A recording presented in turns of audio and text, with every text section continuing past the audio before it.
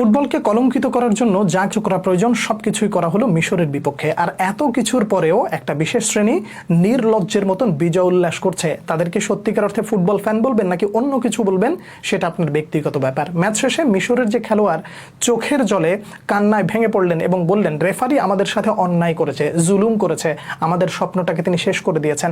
তার এই কথাগুলো কি একেবারেই অসত্য?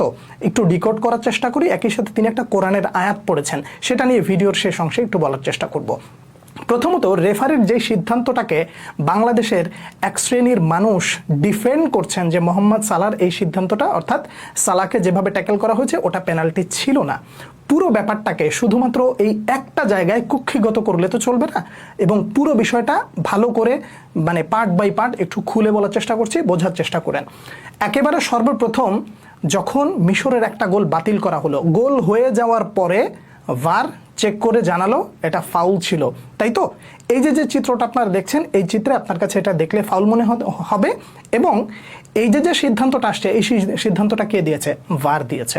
এবার একটু লক্ষ্য করেন, একদম শেষ দিকে এসে মিশর যখন, অর্থাৎ মোহাম্মদ সালাহ যখন ডিবক্সের মধ্যে ঢুকে যায়, এক শ্রেণীর অ্যানালিস্ট এইটাকে ডিফেন্ড করতেছে যে সালাহকে কোনোভাবেই ফাউল করা হয় নাই এবং এটা ফাউল নয়। ভালো করে কথাটা বোঝার চেষ্টা করবেন। তারা শুধুমাত্র সালাদটাই দেখেছে, অন্য আর একটা জায়গায় যে ইনসিডেন্ট ঘটে যাচ্ছে সেটা তাদের নাই, সেখানে তাদের চোখ নাই। কারণ লজ্জা থাকতে হবে তো। নির্লজ্জের মতন যদি এইরকম জয়ের পর উল্লাস করতে পারে, তাহলে ওই লজ্জাটাকে বাদ দিয়ে থুয়ে এই একটা জায়গা নিয়ে তো পড়ে থাকবে, এটাই তো স্বাভাবিক। কেন আমি এই কথাগুলো বললাম? শুনতে তিতা লাগতেছে, লাগাটাই স্বাভাবিক। আমি ধরে নিচ্ছি মোহাম্মদ সালাহর এইটাকে ট্যাকেলটা ফাউল হয় নাই এবং এটা রাইট, কিন্তু ডিবক্সের মধ্যে ম্যাক অ্যালেস্টার যে আরেকজন খেলোয়াড়কে ফেলে দিচ্ছেন, এই জায়গাটা কেন ফাউল ধরা হলো না? এখন কথা হচ্ছে, গোল হয়ে যাওয়ার পর মিশরের একটা জায়গা, একটা সিদ্ধান্তকে ফাউল হিসেবে কনভার্ট করে দেওয়া হলো, আবার একই জায়গায় মোহাম্মদ সালাহকে ফেলে দেওয়া হলো, ওটাও ফাউল হলো না। তার অন্য পাশে ম্যাক অ্যালেস্টার আরেকজনকে ফেলে দিচ্ছেন ধরে টেনে হিচড়ে, সেটাকেও ফাউল ডাকা হলো না। রেফারি এগুলো দেখেন নাই, খুব ভালো কথা দেখেন নাই, কিন্তু ভার কি করেছে? ভার এই সিদ্ধান্তটা কিভাবে এড়িয়ে যায়? এদিকে গোল হলে গোলের পরে আর ভার চেকিং করার প্রয়োজন হয় না, আবার অন্যদিকে যদি গোল হয় তাহলে ভার চেক করার খুব প্রয়োজন হয়। এইটাকে আপনি কি বলবেন? চুরি বলবেন? এই নোংরামিটা আসলে কোন পর্যায়ের নোংরামি বলবেন? এবং এইটাকে আবার ডিফেন্ডও করছেন এক শ্রেণীর টপ ক্লাস লোক। বাংলাদেশের কিছু অ্যানালিস্ট আছে, এটাকে আবার ডিফেন্ড করে যাচ্ছেন। এখন বলবেন ভাই আপনি বুঝেন না, আপনি বাংলাদেশের একজন ক্রিয়েটর, আপনি কি বুঝেন? আমি তো আসলে বুঝি না। তো আমার যদি কথাটা আপনার ভালো না লাগে, তাহলে যারা খেলেছে তাদের কথাটা মানেন।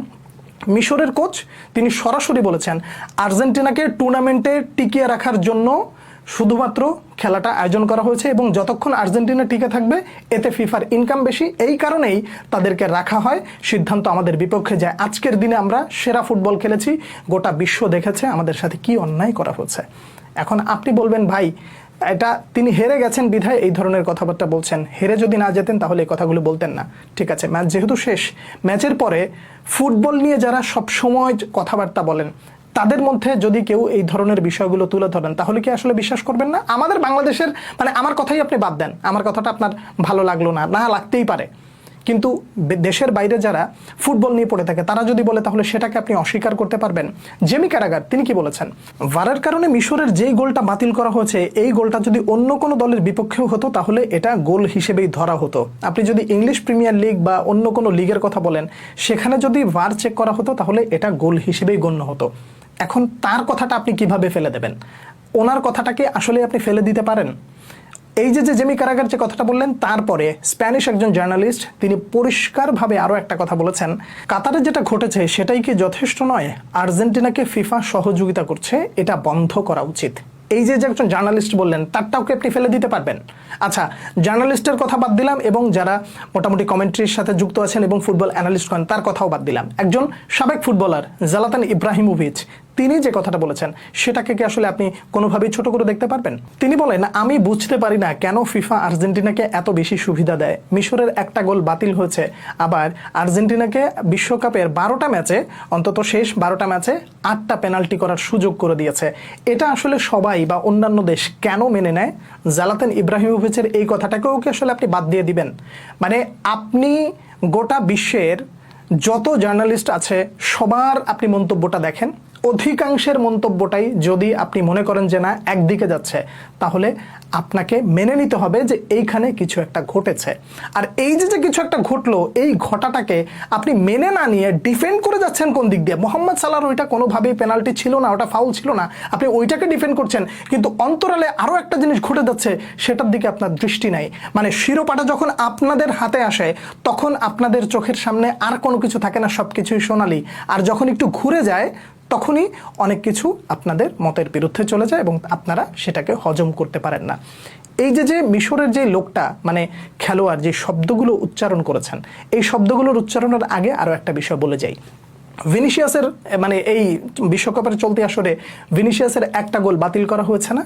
হয়েছে। তো সেটাকে আপনি বা অধিকাংশ আর্জেন্টাইন ফ্যানদেরকেও যদি আপনি জিজ্ঞাসা করেন, তারাও বলবে যে এটা কোনোভাবেই গোলটা বাতিল করা যায় না। ভিনিসিয়াসের ওই কাণ্ডটা গেল। এরপরে আপনি একটা জিনিস ভালো করে দেখেন, ইউএসের একজন খেলোয়াড়কে লাল কার্ড দিয়ে বের করে দেওয়া হয়েছে এবং সেটা ভ্যালিড। ফিফা কি করেছে, সেইটাকে আবার মানে ফিরিয়ে নিয়ে এসেছে, কত মানে দুনিয়ার চটি গল্প আইনা ভৈরা দিয়া কারণ উল্লেখ করে দিয়ে সেই খেলোয়াড়কে আবার ফিরিয়ে নেওয়া হচ্ছে। বেলজিয়াম একেবারে দাঁত কামড়ে না, একেবারে সঠিক জায়গা মতন একটা উত্তর ইউএসএকে দিয়ে দিয়েছে এবং সে উত্তর আশা করি তারা পেয়ে গেছে। দেখেন, মিশরের ম্যাচ, আর্জেন্টিনার সাথে মিশরের ম্যাচটা শেষ হয়ে যাওয়ার পর যখন কলম্বিয়া এবং সুইজারল্যান্ডের মধ্যকার খেলা হয়, তখন গ্যালারিতে বসে নির্লজ্জ, ইতর, ছোট লোক, এই অসভ্য ফিফা সভাপতি, তিনি এবার মিশরের পতাকাটা নিয়ে নির্লজ্জের মতন দাঁড়িয়ে গোটা বিশ্বকে দেখাচ্ছেন, দেখেন আমি এটা করি, কি বলে, আমি মিশরের অনেক সাপোর্ট। কিন্তু এই নির্লজ্জটা বাংলাদেশের এই যে মানে যারা মানে সালার এই গোলটাকে বা এটাকে ডিফেন্ড করে যাচ্ছে, এই নির্লজ্জদের মতন ফিফা সভাপতির এই যে নির্লজ্জতা, ভালো করে একটু দেখেন। একদিকে সে কি করলো, পতাকা হাতে নিয়ে করে মানে বসে আছে এবং সবাইকে দেখাচ্ছে মিশর অনেক ভালো খেলেছে, মিশরকে আমি সমর্থন করছি। আর খেলা চলাকালীন সময়ে যখন আর্জেন্টিনা গোল করে ইয়া করে ফেলেছে, কামব্যাক ডান করে ফেলেছে এবং জয়টা নিশ্চিত হয়েছে, তখন গ্যালারিতে বসে বসে তিনি আনন্দ উল্লাস করছেন। যখন আর্জেন্টিনা পিছিয়ে পড়ছেন, তখন তিনি মনের দুঃখে চোখ মুখ মানে ভাঁজ টাচ করে একদম বেকায়দা অবস্থা হয়েছে। আপনি কোনটাকে আসলে আপনি মানে সমর্থন করবেন? এই সব কিছুকে যদি আপনি সমর্থন করেন, তাহলে আপনাকে আসলে ফুটবল ফ্যানদের কাতার থেকে বের করে দিয়ে আপনাকে একটা বিশেষ মানে দলের সমর্থক হিসেবেই বলতে হবে, এর বাইরে অন্য কিছু বলা যায় না।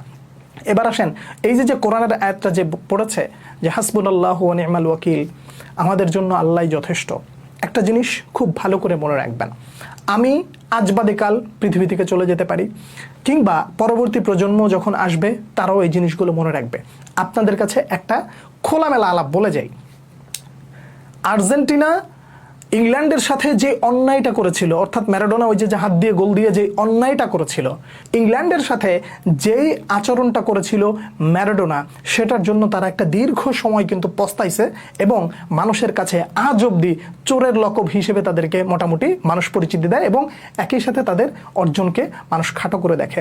আর মিশরের সাথে যেটা হলো, এগুলোর জন্য আর্জেন্টিনা দীর্ঘদিন পস্তাবে।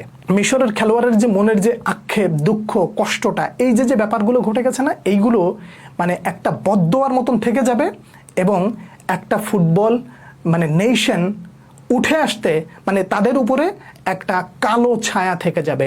ইংল্যান্ডের সাথে যে আচরণটা করেছিলেন, ওইটার পরে আপনাদের উপরে যে একটা কালো ছায়া ছিল, মানুষের ভেতর থেকে বদদোয়া ছিল, খারাপ লাগা ছিল, আশীর্বাদ ছিল না, ঠিক একই জিনিসটা মিশরের সাথে ঘটার পর এবং ফিফা যেইভাবে সহযোগিতা করে যাচ্ছে আর্জেন্টিনাকে, তাদের উপর থেকে একটা কালো ছায়া থেকে যাবে। পরবর্তী প্রজন্মকে তারা মানে পরবর্তী প্রজন্ম, যেমন আমরা ম্যারাডোনার ব্যাপারটা নিয়ে মানে আলোচনা করি, পরবর্তী প্রজন্ম ম্যারাডোনা সহ এই জিনিসগুলোকে চুরি হিসেবে আখ্যা দিবে যে ফিফা একটা দলকে বিশেষ মানে ক্ষমতায়নে বিশেষ আচরণের কারণে ফিফা একটা দলকে সুবিধা দিয়েই তাদের অর্জনের ঝুলিটাকে মোটামুটি আলাদা করা হয়েছে। ক্রিশ্চিয়ানো রোনালদোকে নিয়ে মেসির সাথে যে ডিবেটটা চলে, এই ডিবেট নিয়ে পরবর্তী মানে পরের ভিডিওতে আমি কিছু একটা আলোচনা করার চেষ্টা করছি, সেটা অবশ্যই দেখবেন। আর এই যে এতক্ষণ আলোচনা করলাম, এই বিষয়ের কোন কোন জায়গায় আমি ভুল বলেছি, যদি আমার কোথাও ভুল থাকে প্লিজ, আমি আবারও বলছি, যদি আমার কোথাও ভুল থাকে আমাকে আমার ভুলটা বলেন, আমি আমার ভুলটা শুধরে নেব। আর যদি আমার ভুল না থাকে, আপনি আপনার সঠিক মতামতটা জানাবেন। একই সাথে এই নির্লজ্জদের মতন এই ফুটবল বিশ্বকাপে যা হচ্ছে, এই নির্লজ্জের বিষয়গুলো আপনার চারপাশে যেগুলো ঘুরছে তাদেরকে দয়া করে একটু বোঝানোর চেষ্টা করেন, না হলে তাদের থেকে আপনি নিজেকে মুক্ত রাখবেন বলে আমি ব্যক্তিগতভাবে মনে করছি।